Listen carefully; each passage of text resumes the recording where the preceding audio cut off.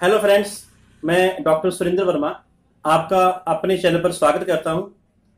दोस्तों, last video में मैंने बनाया था कि मल्टीविटामिन की ओवरडोज होने से क्या नुकसान होते हैं। अर्थात जो लोग बिना डॉक्टर की सलाह के अपनी मर्जी से मल्टीविटामिन की टैबलेट्स या कैप्सूल खाते रहते हैं, उनको क्या नुकसान हो सकता है, ये बताया था। लास्ट वीडियो में मैंने आपको बताया था कि विटामिन ए की ओवरडोज के क्या लक्षण होते हैं। आज मैं आपको बताऊंगा कि विटामिन डी अगर इसकी ओवरडोज हो जाए तो इससे शरीर को क्या नुकसान हो सकता है। तो चलिए शुरू करते हैं आज का वीडियो। लेकिन सबसे पहले जो दर्शक नए हैं उनसे रिक्वेस्ट है कि मेरे इस चैनल को सब्सक्राइब करें और वीडियो को लास्ट तक देखें। तो सबसे पहले बात करते हैं कि विटामिन डी की कितनी नॉर्मल डोज हमें चाहिए। एक सर्वे के मुताबिक 1000 से 1500 इंटरनल यूनिट्स हमें प्रतिदिन विटामिन डी की आवश्यकता होती है, जो कि हमें हमारे खान पीने से ही मिल जाता है। और सर्दियों में तो हमें विटामिन डी धूप से मिल जाता है।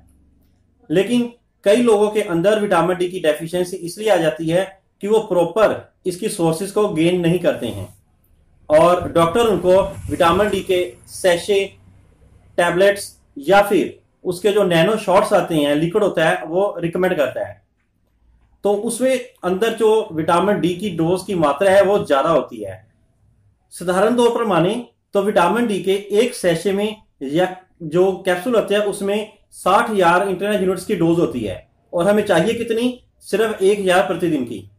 और जो इसका इंजेक्शन आता है उसमें 6 लाख इंटरनेशनल यूनिट्स की डोज होती है।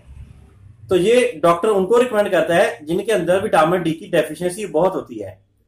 और उसको जानने का सबसे बढ़िया तरीका है कि आप किसी भी लेबोरेटरी में जाकर अपने विटामिन डी का लेवल चेक करा लें। उससे आपको पता चल जाएगा कि विटामिन डी की डेफिशिएंसी है या नहीं है, और अगर है तो उसके मुताबिक ही इसकी डोज को ग्रहण करें। अन्यथा ओवरडोज लेने से जो नुकसान होते हैं वो इस प्रकार से हैं। विटामिन डी की ओवरडोज का सबसे पहला जो लक्षण वह यह है कि इसके कारण किडनी स्टोन बनने का डर रहता है।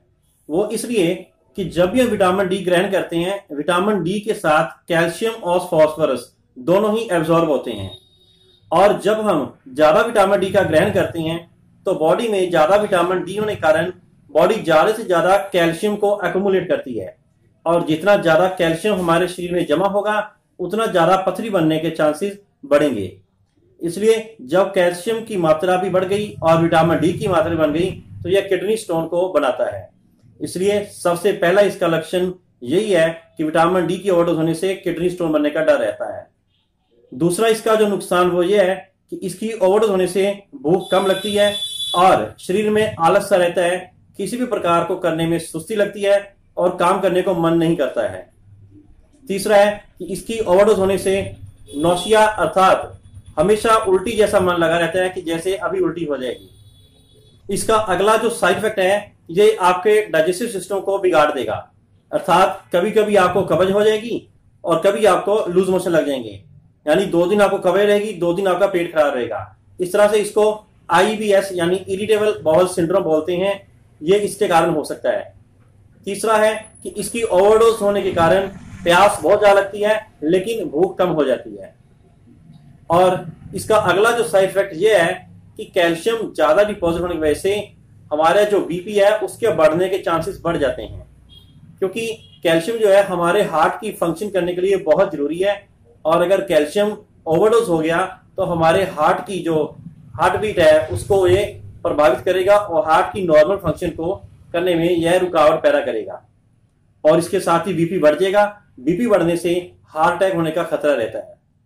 तो इस तरह से आप देख सकते हैं कि किस प्रकार से विटामिन डी की ओवरडोज कई प्रकार की कॉम्प्लिकेशंस को पैदा करती है।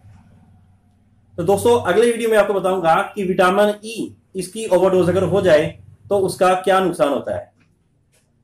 तो विटामिन डी की ओवरडोज होने पर अगर इसका उपचार की बात करें तो यही है कि जो भी इसके एक्स्ट्रा सप्लीमेंट आप ले रहे हैं उन सबको तुरंत बंद कर दें, तो बॉडी अपने आप धीरे धीरे इन सब से छुटकारा पा लेगी। इसके लिए किसी प्रकार की स्पेसिफिक ट्रीटमेंट की जरूरत नहीं है। हाँ, अगर आपका बीपी बढ़ गया है या कोई हार्ट की प्रॉब्लम आ रही है तो अपने डॉक्टर से मिलके उसका आप इलाज करवा सकते हैं और विटामिन डी की सोर्सेज को तुरंत बंद कर दें। तो दोस्तों, ये थी आज का वीडियो। आशा करता हूं कि आपको ये जानकारी अच्छी लगी होगी। अगर ये जानकारी आपको अच्छी लगे तो मेरे इस वीडियो को लाइक करें, शेयर करें और चैनल को सब्सक्राइब करें। Thank you.